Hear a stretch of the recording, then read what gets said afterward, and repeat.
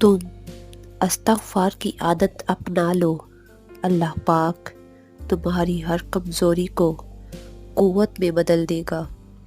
کبھی سنا ہے کیا کہ انسان کی عاجزی لے ڈوبی ہو؟ انسان کو اس کا تکبر لے ڈوبتا ہے۔ موت کو روزانہ یاد کیا کرو، اس سے دل نرم ہو جاتا ہے۔ جو آدمی برے وقت سے گزرا ہوا ہو وہ کسی کے ساتھ برا نہیں کرتا۔ دوسرے لوگوں میں اپنے اندر کی گندگی تلاش کرنے کو شک کہتے ہیں۔ بے شک ہم صرف اور صرف خوش رہنے کے لیے پریشان ہیں۔